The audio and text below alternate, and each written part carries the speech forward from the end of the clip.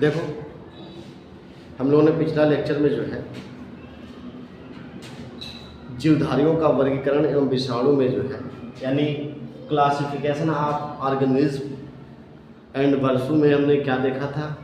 पहले तो हमने देख लिया था कि वर्गीकरण क्या है, वर्गीकरण को हमने पढ़ लिया है। दूसरा क्या है कि वर्गीकरण की आवश्यकता क्यों पड़ती है, इसको हमने बता दिया है। और तीसरा जो है वर्गीकरण का इतिहास क्या है, ये भी हमने क्या कर लिया है, कंप्लीट कर दिया है।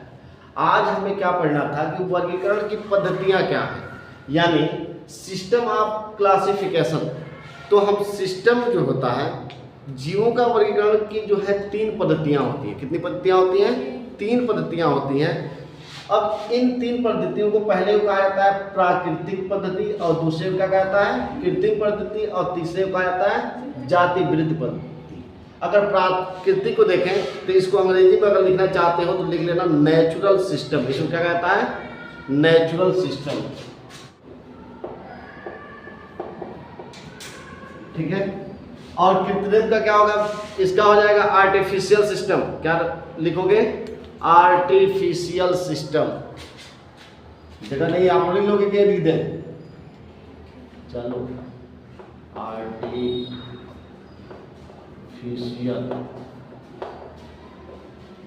सिस्टम। और तीसरे को कहा जाता है जाति वृत्ति पद्धति, यानी फाइलोजेनेटिक सिस्टम। इसको क्या कहता है? फाइलोजेनेटिक। इसको लिखना चाहो तो लिख लो फाइलोजेनेटिक।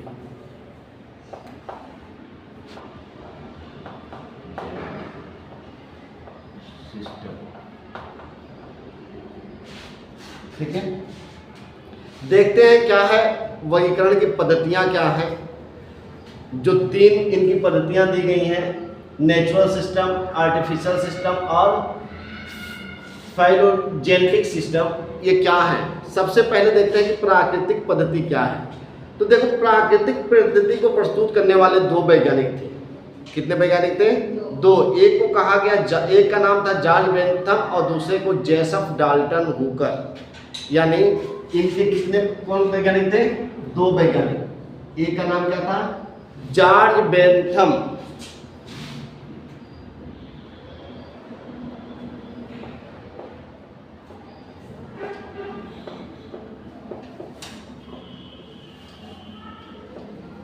George Bentham. और दूसरे का नाम नोट कर लो, दूसरे का नाम था जोसेफ डाल्टन हुकर। आप इसको शार्ट में लिख लो, जे.डी. हुकर।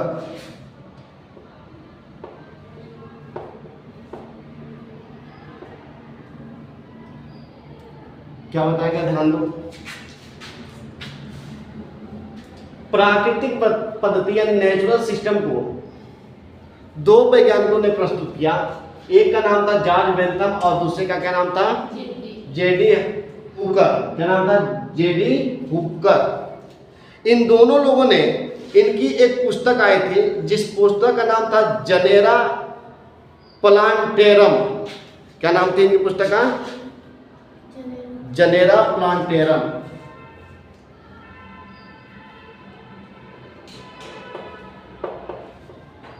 बताया गया।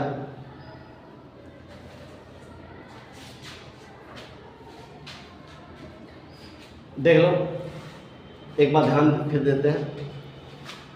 प्राकृतिक पद्धति क्या है? प्राकृतिक पद्धति कहा जाता है जिसमें अनेक यानी जो जीव जंतु हैं उनके अंदर अनेक तुलनात्मक लक्षणों पर आधारित जो वर्गीकरण होता है। ध्यान दो, जो जीव जंतु हैं, जीव जंतुओं के अंदर जो है अनेक तुलनात्मक क्या होते हैं? लक्षण जो होते हैं, उन लक्षणों पर उनको वर्गीकरण करना क्या कहलाता है? प्राकृतिक पद्धति कहलाता है। समझ में आया? यहाँ पे लिखा है अनेक तुलनात्मक लक्षणों पर आधारित वर्गीकरण को हम क्या कहते हैं? क्या कहते हैं? प्राकृतिक पद्धति कहते हैं। और इस पद्धति को किसने दिया था? तो वो 2 वैज्ञानिक थे। पहले का क्या नाम था? जॉर्ज बेंथम और दूसरे को जे.डी. हुकर। इन्होंने एक अपना पुस्तक लिखा था जिस पुस्तक का क्या नाम था? जनेरा प्लांटेरम। क्या नाम था? प्लांटेरम। इस बुक में जो है इन्होंने क्या किया कि जीव जंतुओं के जैसे प्राकृतिक संरचना, किसको? प्राकृतिक संरचना, कार्यकी, स्वभाव, व्यवहार तथा परिवर्धन में क्या किया? तुलनात्मक वर्गीकरण किया। ठीक ना? क्या किया? तुलनात्मक वर्गीकरण किया और उसी को क्या कहा गया? प्राकृतिक पद्धति कहा गया। अब दूसरा देखते हैं। दूसरा है कृत्रिम पद्धति। कृत्रिम पद्धति को देखो, कृत्रिम पद्धति क्या होता है? ये किया दो बाह्य लक्षणों पर आधारित वर्गीकरण। ये क्या होता है? जीव जंतुओं में जो होते हैं, जो जीव जंतु होते हैं, उन जीव जंतुओं में ये किया दो बाह्य या एक, अगर हम क्या केवल जीव जंतु की बात नहीं करेंगे बल्कि कितने हैं जो भी जीवधारी हैं, ठीक ना, उन जीवधारियों के एक या दो बाह्य लक्षणों पर ये क्या होता है? आधारित वर्गीकरण होता है। यानी जितने भी सजीव वस्तुएं हैं वो जीवधारी हैं, उन जीवधारियों में क्या किया जाता है? चाहे एक लक्षण देख लिया गया हो या दो लक्षण देख लिया गया हो, यानी एक या दो बाह्य लक्षणों को देखकर उनका वर्गीकरण करना क्या कहलाएगा? कृत्रिम पद्धति कहलाएगा। क्या कहलाएगा? कृत्रिम पद्धति कहलाएगा। आर्टिफिशियल में क्या बताया गया? आर्टिफिशियल सिस्टम में यही बताया गया कि एक यानी जितने भी जीवधारी हैं, जीवधारियों के एक या दो बाह्य लक्षणों पर आधारित वर्गीकरण क्या कहलाता है? क्या कहलाता है? कृत्रिम पद्धति कहलाता है। अब चूंकि ये कृत्रिम पद्धति को जो है इसमें निम्न लक्षणों के आधार पर इनको क्या किया जाता है? जीवों में वर्गीकरण किया जाता है। यानी इनमें बताया जा रहा है कि इनके निम्नलिखित लक्षणों के आधार पर इनको वर्गीकृत किया जाता है। जैसे पहले मान लो जीवन की अवधि देख लें। जैसे जीवन की अवधि में अगर आप मान लें, इसके अनुसार जो है कि कुछ पादप जो होते हैं जीवन, जैसे कुछ पादप ऐसे होते हैं जो एक वर्षीय होते हैं। क्या होते हैं? एक ही वर्ष तक रहते हैं। कुछ ऐसे होते हैं जो द्विवर्षीय होते हैं, 2 वर्ष तक जीवित रहते हैं। और कुछ ऐसे क्या होते हैं? बहुवर्षीय होते हैं, जो लंबे समय तक क्या होते हैं? जीवित रहते हैं। तो एक तो लक्षण इनका ये मिल गया, एक वर्षीय, द्विवर्षीय और बहुवर्षीय। अगर हम क्या करें, दूसरा जो है अगर आप देखोगे तो इनका आवास के आधार पर इनका वर्गीकरण किया जाता है। कैसे वर्गीकरण किया जाता है? आवास के आधार पर। जैसे जो आवास है जंतुओं को देख लेना, जंतु का आवास को हम देखें तो कुछ जीव जंतु कहाँ रहते हैं? जल के अंदर रहते हैं। कुछ लोग जल के अंदर रहते हैं तथा कुछ स्थल में रहते हैं, कुछ कहाँ रहते हैं? नभ में रहते हैं। तो इस आधार पर भी, इन लक्षणों के आधार पर भी इनका क्या किया जाता है? वर्गीकरण किया जाता है। तीसरा जो देखते हैं आकार और आकृति। यानी पहला आपने इसमें क्या देख लिया? पहला किस पे किया गया? जीवन अवधि। और दूसरा क्या बताया गया? आवास के आधार पर, आवास। और तीसरा बताया गया आकृति व आकार।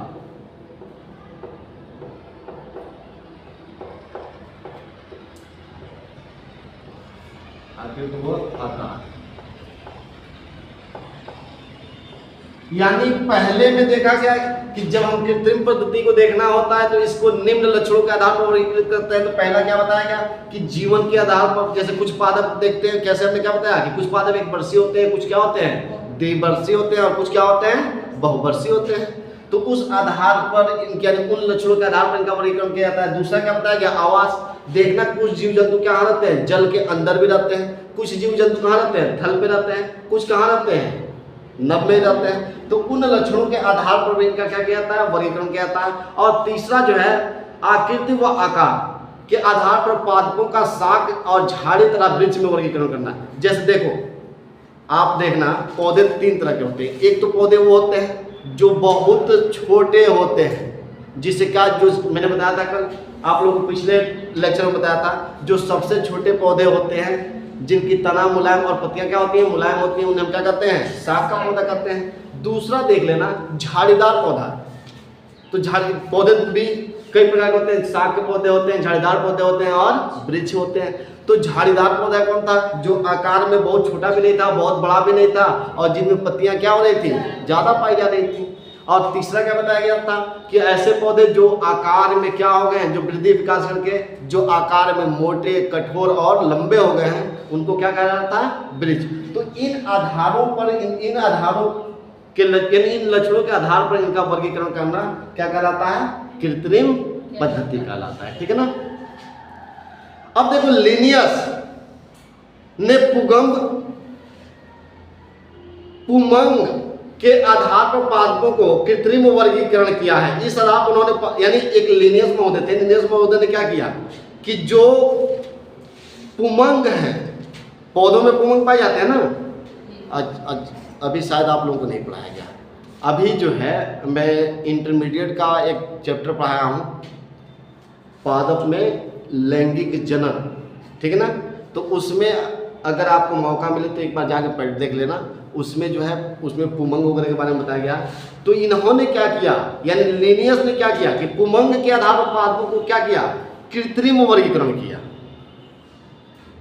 इस आधार पर उन्होंने पादपों को एक पुंकेसरी, यानी कुछ ऐसे पादप होते हैं जिसमें एक ही पुंकेसर पाया जाता है, कुछ ऐसे पादप होते हैं जिसमें क्या होता है, यानी उसके पुष्प में कितने, यानी पुंकेसर कहाँ पाया जाता है, पुष्प में पाया जाता है।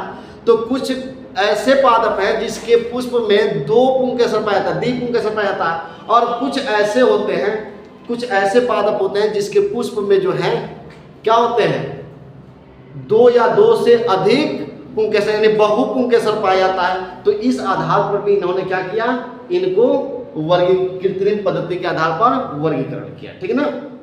इसके बाद से है तीसरा जो है जातीय पद्धति। तो हमने कृत्रिम को देख लिया, अब देखते हैं जाति वृद्धि पद्धति क्या है। किसी भी जात के विकासी क्रम पर आधारित वर्गीकरण, यानी उनके पूर्वजों के, जाति वृद्धि पद्धति क्या है कि जो हमारी तुलना किससे की जाती है, हमारे पूर्वजों से। माना जाता है कि हम इनके क्या हैं, खानदान से हैं, या ये हमारे पूर्वज थे। तो उस, यानी किसी भी जाति के विकासी क्रम, जो हमारे विकास के क्रम हैं, हम कैसे यहाँ तक पहुँचे, यानी पहले हम क्या थे और कैसे हम मनुष्य हुए। तो ये जो क्रम देखा जाता है, विकासी क्रम पर जो आधारित वर्गीकरण किया जाता है, उससे क्या कहा जाता है, जाति वृद्धि पद्धति कहा जाता है। ठीक है ना। किसी भी, कोई भी जीव जंतु हैं, उनके जो है विकासी जो क्रम होता है, तो उसी विकासी क्रम को क्या कहा जाता है, जाति वृद्धि पद्धति कहा जाता है। ठीक है ना। यहाँ तक हमने क्या कर, यहाँ आज हम पढ़ा दिए। अब हमको जो है अगला जो मुख्य चीज पढ़ना है, वर्गीकरण की विभिन्न जगत प्रणालियां क्या है, इसको हम क्या करते हैं, पढ़ते हैं। अब हम देखेंगे क्या बेटा, वर्गीकरण के विभिन्न जगत प्रणालियां क्या हैं। यानी हमने अभी, अब हमको जो है अगला जो है हेडिंग क्या देखना है, वर्गीकरण के विभिन्न जगत प्रणालियां, यानी different kingdom system of classification. इसके जो है अगर हम इसको देखते हैं कि वर्गीकरण के विभिन्न जगत प्रणालियां क्या हैं, तो ये वर्गीकरण के जो है विभिन्न जगत प्रणालियां जो है निम्न है, यानी निम्न प्रकार की हैं। सबसे पहला इसमें आता है 2 जगत प्रणाली। क्या आता है, 2 जगत प्रणाली। पहला हम देखते हैं, पहला क्या आता है, 2 जगत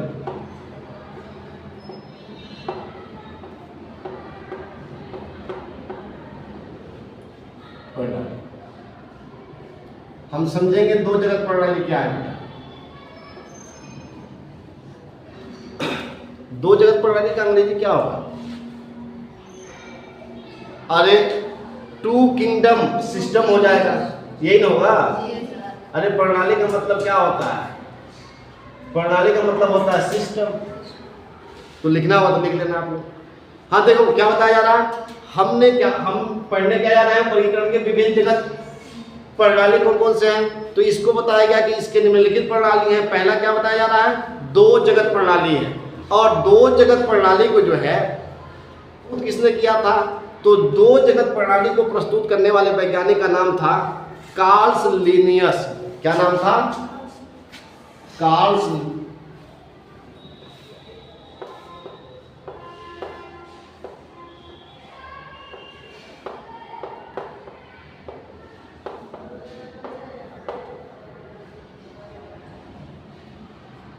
बताया गया कि 2 जगत प्रणाली प्रस्तुत किसने किया था, कार्ल लिनियस ने किया था। और इन्होंने क्या किया था, इस प्रणाली को 2 वर्गों में बांटा था। 2 जगत प्रणाली को कितने वर्गों में बांटा था? 2 वर्गों में बांटा था। और आधार क्या लिया था उन्होंने? देखो इनको जो है यानी जीवधारियों को इन्होंने क्या किया, 2 जगत प्रणाली में बांटा, यानी 2 वर्गों में बांट दिया। और आधार इनका क्या था? तो कोशिका भित्ति की उपस्थिति एवं अनुपस्थिति, यानी इन्होंने क्या किया, आधार जो लिया, इनका आधार पूजा क्या बताया जा रहा कि 2 जगत प्रणाली को प्रस्तुत किसने किया? कार्ल लिनियस ने किया और इसे 2 वर्गों में बांटा। और आधार क्या लिया? उनका आधार क्या था? इसे 2 वर्गों में बांटने का आधार क्या था? कोशिकाओं के उपस्थिति एवं अनुपस्थिति के आधार पर इन्होंने क्या कर दिया, इसे 2 वर्गों में बांट दिया। एक को नाम दिया उन्होंने, नोट कर लो, पहले का नाम दिया उन्होंने प्लांटी और दूसरे का नाम दिया एनिमेलिया। पहले का नाम क्या दिया? प्लांटी,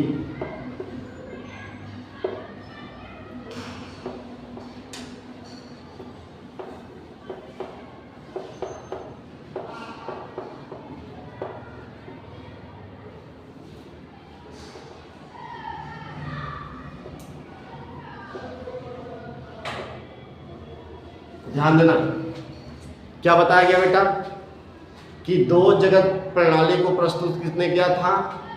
किसने किया था? कार्ल लिनियस ने किया था। और इन्होंने इनको 2 वर्गों में बांटा। तो उसका आधार उनका क्या था? तो उन्होंने क्या देखा कि जितने भी जीवधारी हैं उनके अंदर कोशिका उपस्थित हैं कि अनुपस्थित हैं। इस आधार पर उन्होंने क्या कर दिया था? 2 वर्गों में बांटा। तो प्लांटी जो प्लांटी था, इसमें क्या हो रहा था? इसमें कोशिका उपस्थित पाया जा रहा था, यानी जिनमें कोशिका उपस्थित पाया जा रहा था उसको किस में रखा? प्लांटी वाले में रखा। और जिनमें कोशिकाएं यानी जिनमें कोशिका भित्ति पा रहा था, सॉरी कोशिका नहीं, कोशिका भित्ति है, यहाँ मैं गड़बड़ कर दिया हूँ, यहाँ थोड़ा सा मिस्टेक हो गया। उन्होंने आधार क्या लिया था? कोशिका भित्ति। देखो तो यहाँ मिस्टेक हुआ बहुत बड़ा, कोशिका भित्ति। कोशिका भित्ति समझते हो? अरे कोशिकाओं के ऊपर एक आवरण पाया जाता है जिसे क्या कहता है? कोशिका भित्ति कहा जाता है। तो इन्होंने आधार क्या लिया था कार्ल लिनियस ने कि इन्होंने देखा कि जो जीवधारी हैं कि कितने जीवधारी ऐसे हैं जिनमें कोशिका भित्ति पाई जा रही है और कितने जीवधारी ऐसे हैं जिनमें कोशिका भित्ति नहीं पाई जा रही है। तो जिनमें कोशिका भित्ति पाया जा रहा था उनको किस वर्ग में रखा? प्लांटी में रखा। किस में रखा? प्लांटी में। यानी इसमें क्या पाया जा रहा था? कोशिका भित्ति। इसमें क्या पाया जा रहा था? कोशिका भित्ति। कोशिका भित्ति उपस्थित।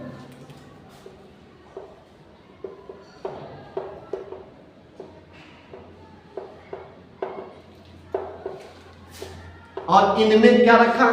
एनिमेलिया में किनको रखा? जिनके अंदर कोशिका भित्ति नहीं पाया जा रहा।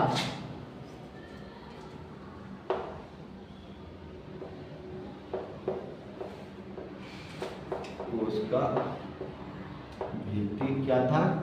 अनुपस्थित।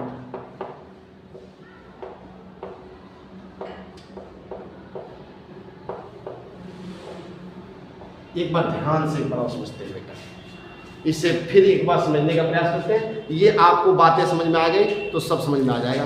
देखो क्या कहा जा रहा है, बताया जा रहा है कि वर्गीकरण विभिन्न जगत प्रणालियों के आधार, यानी वर्गीकरण के विभिन्न जगत प्रणालियां कौन कौन सी हैं? तो वह विभिन्न प्रणालियां निम्न है, जिसमें से पहला हम क्या देख रहे हैं? 2 जगत प्रणाली। 2 जगत प्रणाली प्रस्तुत किसने किया था? कार्ल लिनियस ने किया था। और इसमें उन्होंने क्या किया था कि जो 2 जगत बनाया था वह किसके आधार पर बनाया था? कोशिका भित्ति की उपस्थिति और अनुपस्थिति के आधार पर। उन्होंने देखा है कि जिन सजीवों में क्या पाया जा रहा है? कोशिका भित्ति पाया जा रहा है, उनको किस में रख दिया? प्लांटी में रख दिया। और जिसमें क्या नहीं पाया जा रहा था? कोशिका भित्ति नहीं पाया जा रहा था, उसे एनिमेलिया में रख दिया। तो अब देखो यानी कौन से वो जीवधारी थे जिनमें कोशिका भित्ति पाया जा रहा था। तो कोशिका भित्ति पाए जाने वाले जो थे वह कौन कौन थे? जीवाणु थे, प्रोटोजोआ थे, कवक थे, पादप थे, शैवाल आदि थे। यानी इसमें कौन कौन आ रहे थे बेटा? तो इसमें आ रहे थे, हम देखेंगे इसमें कौन कौन आ रहे थे। तो इसमें आ रहा था जीवाणु, क्या रहा था? जीवाणु, और क्या बताया गया? कवक, जीवाणु आ रहे थे, कवक आ रहे थे, प्रोटोजोआ आ रहे थे। कौन? प्रोटोजोआ। और प्रोटोजोआ के बाद से और क्या बताया गया? पादप, शैवाल आदि।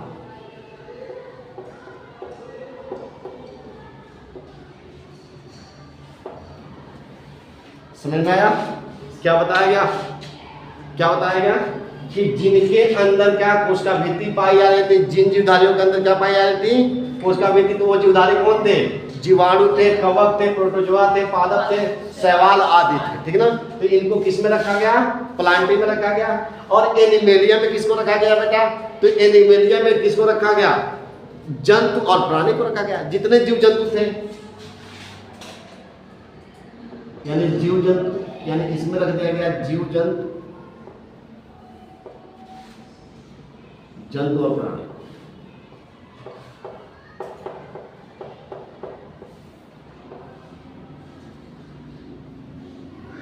ठीक है? इसमें किसको रखा गया? जंतु और प्राणी। दो जगत प्रणाली। फिर एक बात दोबारा रिपीट, मैं चाहता हूं इसे आप बिल्कुल रट जाएं, एकदम आसान समझ लें। बताया गया दो जगत जो प्रणाली है, इसको किसने प्रस्तुत किया? कार्ल लिनियस ने। इन्होंने क्या किया कि जो जीवधारी थे, और जीवधारियों में उन्होंने क्या देखा कि कुछ ऐसे जीवधारी थे जिनके अंदर कोशिका भित्ति पाई जा रही है, और कुछ ऐसे थे जिनके अंदर कोशिका भित्ति नहीं पाई जा रही है, यानी उनके कोशिकाओं में कोशिका भित्ति नहीं पाई जा रही है। तो जिन जीवधारियों के शरीर के यानी कोशिकाओं के में क्या पाए जा रहे थे? कोशिका भित्ति, उसमें उन्होंने उसको किस में रखा? प्लांटी में रख दिया। और जिनमें क्या नहीं पाया जा रहा था? जिन कोशिकाओं के अंदर कोशिका भित्ति नहीं पाया जा रहा था, उसको उन्होंने किस में रख दिया? एनिमेलियम रख दिया। तो कोशिकाएं किसमें पाई जा रही थी? तो जीवाणुओं में पाई जा रही थी, कवक में पाई जा रही थी, और प्रोटोजोआ में, और पादप और शैवाल आदि में क्या? कोशिका भित्ति पाई जा रही थी। जबकि जंतु और प्राणी की कोशिकाओं में कोशिका भित्ति नहीं पाई जाती। देखना, जितने पेड़ पौधों की कोशिकाएं हैं ना, उसमें कोशिका भित्ति पाई जाती है। क्या पाई जाती है? जो किसका बना होता है? सेलुलोज का बना होता है। जबकि जीव जंतु की कोशिकाओं में जो है क्या नहीं पाया जाता है? यानी उनकी कोशिकाओं में कोशिका भित्ति नहीं पाया। लेकिन इन्होंने तो अपना ये क्या कर दिया? दो जगत प्रणाली प्रस्तुत कर दिया। लेकिन इन दो जगत प्रणाली में कुछ कमियां उन्होंने छोड़ दिया। क्या कर दिया? कुछ कमियां छोड़ दिया। तो हम देखेंगे दो जगत प्रणाली की कमियां कौन थी। तो इनकी कमियों को यहां हम क्या कर लेते हैं, इसमें कमियां क्या थी। यानी इनका दो जगत कार्ल लिनियस का जो क्या था, दो जगत प्रणाली था, इसमें इन्होंने क्या किया? कुछ कमियां किया। वह कमी क्या थी? इन्होंने क्या किया? जो प्लांटी में रखा जीवाणु, कवक, प्रोटोजोआ, पादप, शैवाल आदि, तो इसमें जो जीवाणु था, प्रोटोजोआ था और शैवाल था, ठीक है ना? ये जो जीवाणु था, देखो बेटा, ये जो जीवाणु था, जीवाणु और कवक और ये प्रोटोजोआ, ये जो तीनों थे, ये कैसे जीव थे? तो ये एकल कोश की जीव थे। क्या थे? एकल कोश की जीव थे। और बाकी ये है और ये है, ये क्या है? बहुकोश की जीव है। यानी इनकी और इन एकल कोश की जीव और बहुकोश की जीव को इन्होंने साथ रखा। यही उनकी सबसे बड़ी क्या रही? कमी। समझ में आया भाई? इनकी कमी क्या आपने देखा? इन्होंने क्या किया? कि एकल कोशिकीय जीव और बहुकोशिकीय जीव दोनों को क्या कर दिया, एक साथ रख दिया, और यही इनकी बहुत बड़ी क्या हुई, कमी साबित हुई। तो इस कमी को दूर करने के लिए एक दूसरे वैज्ञानिक आए और उन्होंने क्या लेके आया, 3 जगत प्रणाली लेके आया। जो दूसरे थे वो कौन सा लेके आए, 3 जगत प्रणाली को लेके आए। तो यहाँ पे अब हम सीधे क्या कर देंगे, यहाँ पे लिख देंगे 3 जगत प्रणाली, इसे मिटा देंगे। अब देखो 3 जगत प्रणाली क्या था बेटा, इसको प्रस्तुत किसने किया, तो अब हम देखेंगे 3 जगत प्रणाली क्या है। इसको जो है,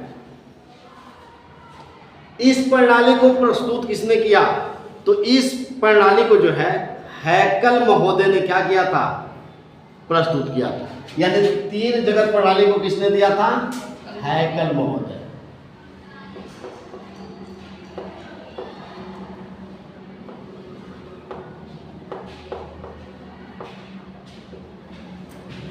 यानी ये कब आए बेटा, ये कब हैकल महोदय कब आते हैं, जब 2 जगत प्रणाली किसका था, कार्ल्स लिनियस का जो प्रणाली था। उन्होंने कहा कि कार्ल्स महोदय आपने तो बहुत अच्छा बताया, लेकिन आपकी क्या है, कुछ कमियां हैं, तो उसको सुधारने के लिए कौन आया, हैकल महोदय। और उन्होंने कौन सा प्रणाली लेके आया, 3 जगत प्रणाली को लेके आया। और इनका आधार क्या था, तो अब देखो इन्होंने क्या देखा था कि जो एकल कोशिकीय है और बहुकोशिकीय है, यही ना उनमें कमी थी, तो इसी को सुधारने के लिए आए थे। तो ये जो आए, इनका आधार क्या था कि एकल, यानी जो कोशिकाएं थी बेटा, जो जीवधारियों के शरीर की कोशिकाएं थी, उनके शरीर के संगठन को क्या किया कि जो एकल कोशिकीय से बने थे उनको अलग कर दिया, जो बहुकोशिकीय से बने थे उसको क्या कर दिया, अलग कर दिया। यानी ये हैकल महोदय का जो आधार था बेटा, इनका जो आधार था, ये आधार क्या था, आधार 35% आधार इनका था। देखो इनका आधार क्या था, किधर बना, इन्होंने क्या किया कि इसका जब आधार देखा, इस आधार को उन्होंने क्या किया, आधार में क्या लिया, शारीरिक संगठन को लिया, शरीर के संगठन। अब शरीर के संगठन कह लो, या आपके बुक में दे रखा है उसका दूसरा नाम थैलस का संगठन, या तो थैलस का संगठन लिख लो, शरीर का संगठन या थैलस संगठन, थैलस संगठन। इसमें उन्होंने क्या किया बेटा, इस संगठन में जो जीवधारी थे, इन जीवधारियों का शरीर या तो एकल कोशिका से बना था और नहीं तो बहुकोशिका से मिलकर बना था। तो इन दोनों को उन्होंने क्या कर दिया, एकल कोशिका को अलग कर दिया, एकल कोशिकीय जीव को क्या कर दिया, अलग कर दिया, और बहुकोशिकीय जीव को क्या कर दिया, अलग कर दिया।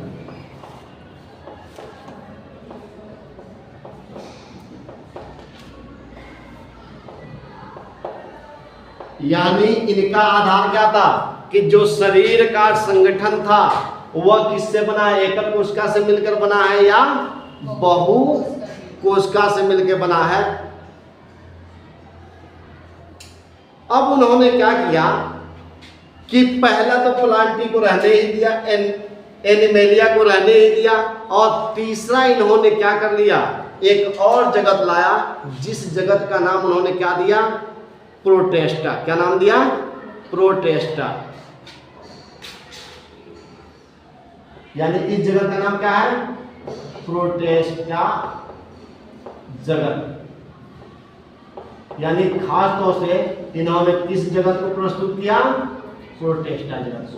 और इसकी आवश्यकता उन्हें कैसे क्यों महसूस हुई, क्योंकि कार्ल्स महोदय का क्या था, एकल जीव और एकल कोशिकीय जीव और बहुकोशिकीय जीवों को एक साथ रखा था, और उन्हीं को उनको क्या करना था, उसी को अलग अलग करना था। तो इसमें इन्होंने क्या किया, ये जो लेकर आए जितने भी एकल कोशिकीय जीव थे उन्होंने प्रोटेस्टा जगत में रखा, जैसे जीवाणु, साइनोबैक्टीरिया, शैवाल, प्रोटोजोआ आदि। अब इन्होंने क्या किया कि जितने भी एकल कोशिकीय जीव थे, ठीक है ना, उनको किस में रख दिया, प्रोटेस्टा जगत में रख दिया।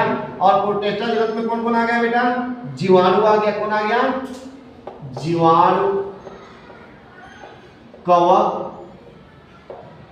प्रोटोजोआ, प्रोटोजोआ आदि।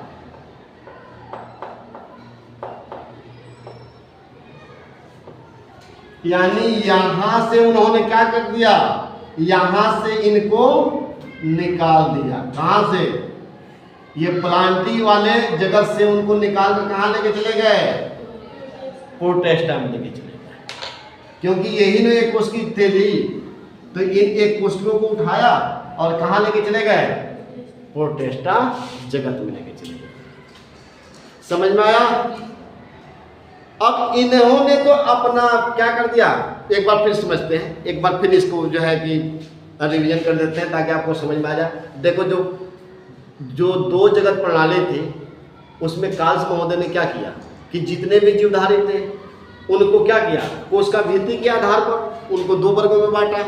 यानी जिसके अंदर कोशिका भित्ति पाई जा रही थी, जिन जीवों के शरीर के कोशिकाओं के अंदर क्या पाई जा रही थी, कोशिका भित्ति, उनको किस में रख दिया, प्लांटी में। और जिनमें कोशिका भित्ति नहीं पाया जा रहा था उसको किस में रख दिया था, एनीमेलिया। लेकिन उन्होंने गलती क्या की थी कि एकल कोशिकीय जीव और बहु कोशिकीय जीव दोनों को क्या किया था, एक ही जगत में रख दिया था। ये उनकी सबसे बड़ी गलती सिद्ध हुई।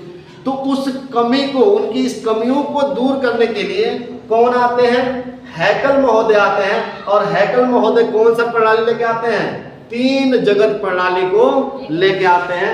यानी प्लांटी तो था ही और एलिमेनिया था ही। अब इन्होंने एक नया प्रणाली कौन सा लेके आते हैं, प्रोटेस्टा जगत को लाते हैं।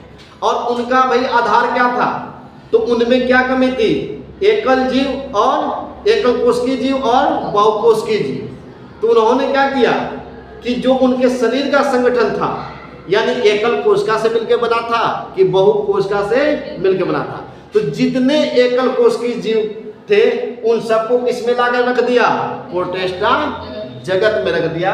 और जब प्रोटेस्टा जगत में रख दिया तो इनकी भी कुछ कमियां आ गई, इसमें भी क्या आया, कुछ कमी आ गई। अब हैकल महोदय की कमी क्या थी, यानी जो तीन जगत प्रणाली थी, तीन जगत प्रणाली की कमियां क्या थी। तीनों ने क्या किया कि प्रोटेस्टा जगत दिया, इसमें कमी जो था वो जीवाणु और साइनोबैक्टीरिया के कोशिका का अध्ययन किया तो पता चला कि इनके कोशिका में तो केंद्रक ही नहीं है, जबकि अन्य जीवों के केंद्रक पाया जा रहा था। अब इन्होंने क्या किया, इसमें रखा, लेकिन इन्होंने ध्यान नहीं दिया। जो जीवाणु था, क्या था, यानी जो जीवाणु था और साइनोबैक्टीरिया थे, इन पे इन्होंने विशेष ध्यान नहीं दिया। जब उसका अध्ययन किया गया तो पाया गया कि जीवाणु और साइनो जो बैक्टीरिया होते हैं उनके अंदर जो है, उनकी कोशिका के अंदर केंद्रक ही नहीं होता है।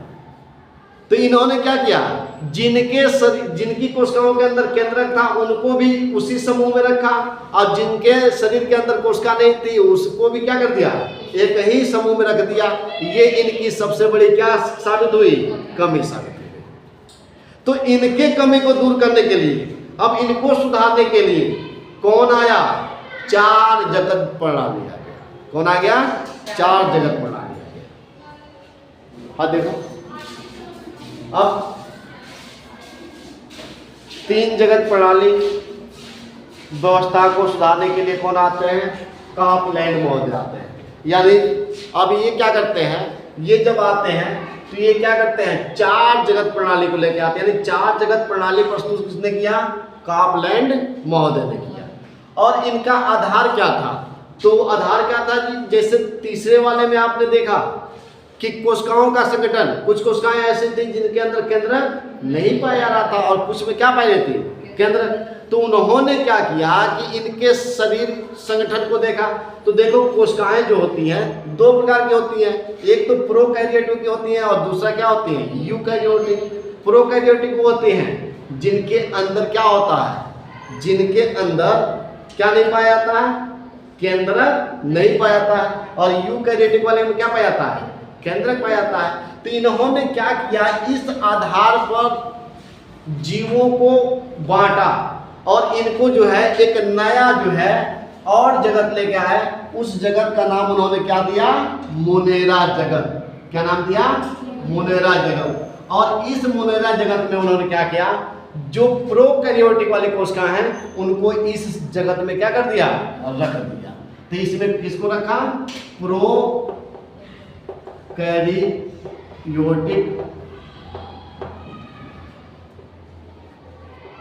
कैरियोटिक कोशिका वाले जीव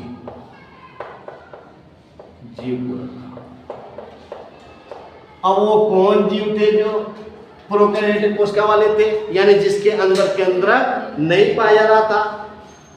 तो उन्होंने क्या किया कि जो जीवाणु थे, जीवाणु, नीलहरी शैवाल, माइक्रोप्लाज्मा, ये क्या थे, इनको क्या कर दिया, प्रोकैरियोटिक कोशिका में रख दिया। यानी प्रोकैरियोटिक कोशिका में रखा है, प्रोकैरियोटिक वाली कोशिका थे, और इनको किस में रख दिया, मोनेरा जगत में। प्रोकैरियोटिक कोशिका वाले जीव कौन थे बेटा,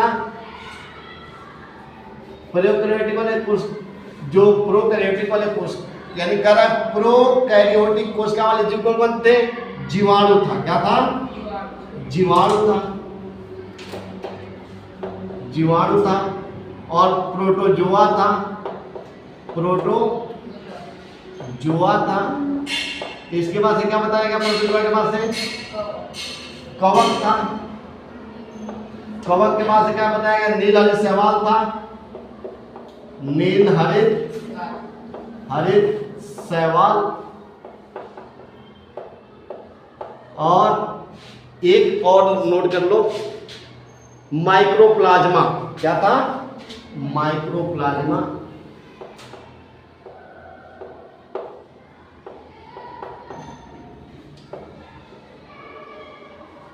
ये क्या थे, ये प्रोकैरियोटिक वाले जीव थे, प्रोकैरियोटिक कोशिका वाले जीव थे। प्रोकैरियोटिक कोशिका वाले जीव यानी जिसके अंदर केंद्रक नहीं पाया जा रहा था।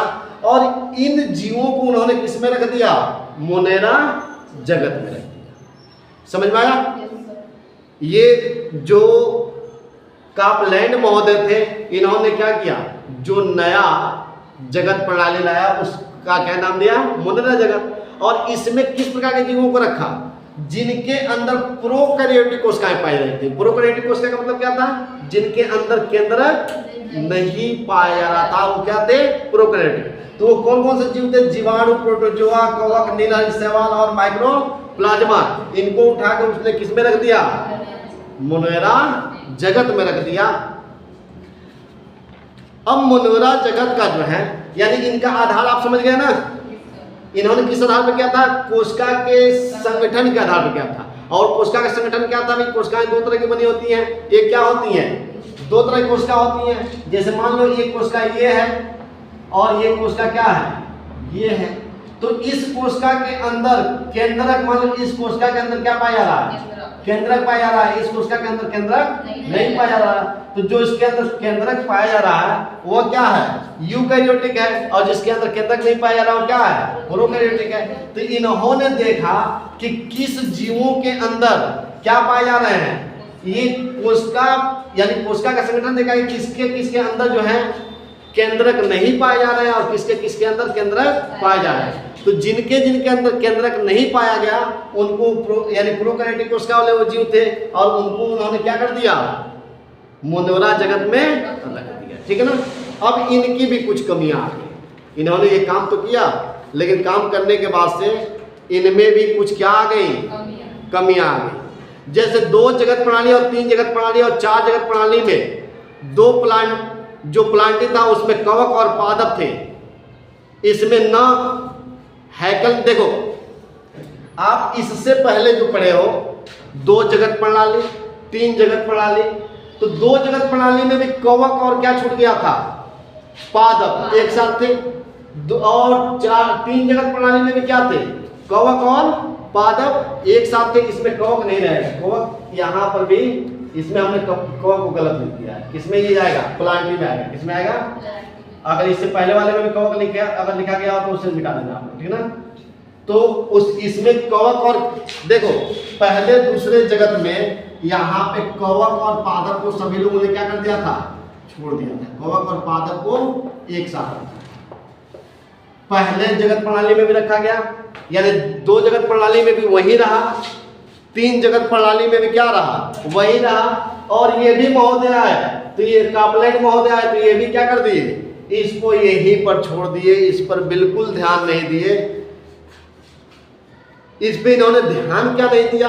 अब ध्यान न देने की बात क्या थी कि कवक और पादप में अगर तुलना किया जाए तो कवक क्या होता है, कवक क्या होता है, मृतोपजीवी होता है।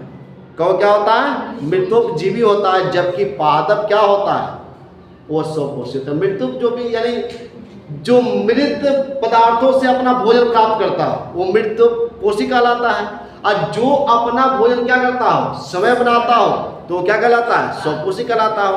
तो ये चाहे 2 जगत प्रणाली हो या 3 जगत प्रणाली हो या 4 जगत प्रणाली हो, ये तीनों में इन लोगों ने क्या किया कि कवक और पादप पर बिल्कुल ध्यान नहीं दिया। इन्होंने ये तुलना ही नहीं किया कि जो कवक होता है वो क्या होता है, मृतोपजीवी होता है, यानी वह क्या होता है, परपोषी होता है। वह अपना भोजन स्वयं नहीं बनाता, वह दूसरे पर निर्भर रहता है। और पौधे अपना भोजन क्या करते हैं, स्वयं बनाते हैं, प्रकाश संश्लेषण क्रिया से बनाते हैं। तो ये इनकी क्या रही, वही आकर इनकी कमी प्रस्तुत हुई। अब इनको जो है क्या करने के लिए, इनको सुधारने के लिए अब 5 जगत प्रणाली आया। तो 5 जगत प्रणाली और 6 जगत प्रणाली आप अगले लेक्चर में देखेंगे, ठीक है ना। इसको यही रखते हैं। ये बातें आपको समझ में आ गई। 2 जगत प्रणाली, 3 जगत प्रणाली और 4 जगत प्रणाली को हमने कंप्लीट कर दिया। अब 5 जगत प्रणाली और 6 जगत प्रणाली, इसको हम क्या करेंगे, अगले लेक्चर में देखेंगे, ठीक है।